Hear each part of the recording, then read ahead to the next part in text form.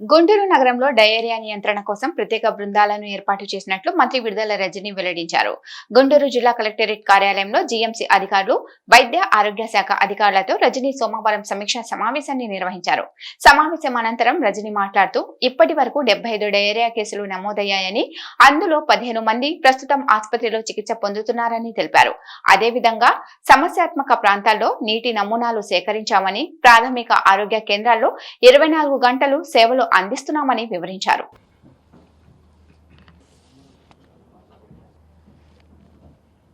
మన గుంటూరు జిల్లాలో మరి శనివారం మొదలైనటువంటి ఈ కేసెస్కి సంబంధించి ఏదైతే వాంతులు విరోచనాలతో కొంతమంది అప్రమత్తమై ఏదైతే మన జీజీహెచ్ని ఆశ్రయిస్తున్నారో వాళ్లకు సంబంధించినటువంటి ఆ కేసెస్ వివరాలన్నింటినీ కూడా మీకు ఇవ్వడం జరుగుతూ ఉంది. ఇప్పటికే టోటల్గా మన గుంటూరు జనరల్ హాస్పిటల్కి సంబంధించి 75 మంది పేషెంట్స్ ఆశ్రయించగా 15 మందిని ఇప్పటివరకు కూడా మనం డిశ్చార్జ్ చేయడం జరిగింది. అండ్ ఇప్పుడు ఆన్ బెడ్ ఎవరైతే ట్రీట్మెంట్ పొందుతున్నారో 60 మంది మన జీజీహెచ్లో ఇప్పుడు ఉన్నారు. అండ్ వీళ్ళకి సంబంధించి కూడా ఈ పూట కొన్ని డిశ్చార్జెస్, మళ్ళీ ఇంకొంచెం బెటర్ అవ్వగానే రేపు కొన్ని డిశ్చార్జెస్, ఇలా కంటిన్యూస్గా ఈ డిశ్చార్జెస్ కూడా ఉండబోతూ ఉన్నాయి. అంటే వాళ్ళు బెటర్ అయినటువంటి పరిస్థితుల్లో ఉండబోతూ ఉన్నాయి. అండ్ దీనికి సంబంధించి మనం చూసుకున్నట్టయితే ఎందుకు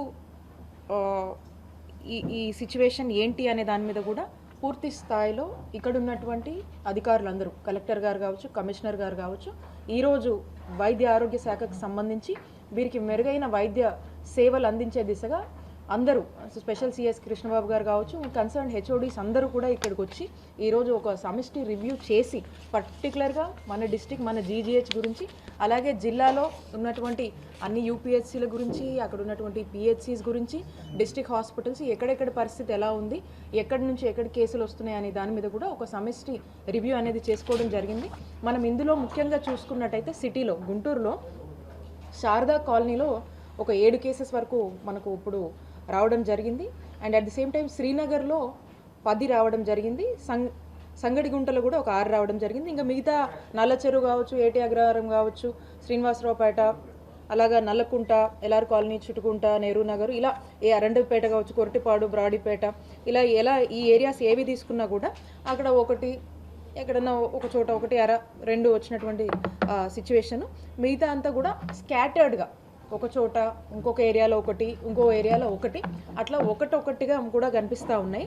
అండ్ మోర్ ఓవర్ ఈరోజు మనం ప్రజెంట్ చేసినటువంటి కేసెస్ నంబర్స్ ఏదైతే ఉన్నాయో, అధికారులందరూ కూడా ఏదైతే మొన్నటి నుంచి కూడా మనం ఈ సిచ్యువేషన్ని ఒక అలార్మింగ్ సిచ్యువేషన్గా మనం గ్రహించామో అప్పటి నుంచే మొత్తము 5 చొప్పున, అంటే ఉన్న వాలంటీర్స్ కావచ్చు, ఏఎన్ఎం కావచ్చు, ఈ ఎంపీహెచ్ఓ, ఎంఎల్హెచ్పి కావచ్చు, అలాగే మనకు అందుబాటులో ఉన్నటువంటి అన్ని టీమ్స్తోనూ కూడా ఒక 5 మంది మలేరియా సంబంధించినటువంటి ఆఫీసర్స్ కావచ్చు, వీళ్ళందరినీ కూడా ఒక 5 మంది టీమ్గా వేసి దాదాపుగా మనము ఒక 32 టీమ్స్ ఫామ్ చేసి సిటీలో ఈ ఏరియాస్ అన్నింటిలో కూడా ఒక హౌస్ హోల్డ్ సర్వే అనేది మనం చేపట్టడం జరిగింది.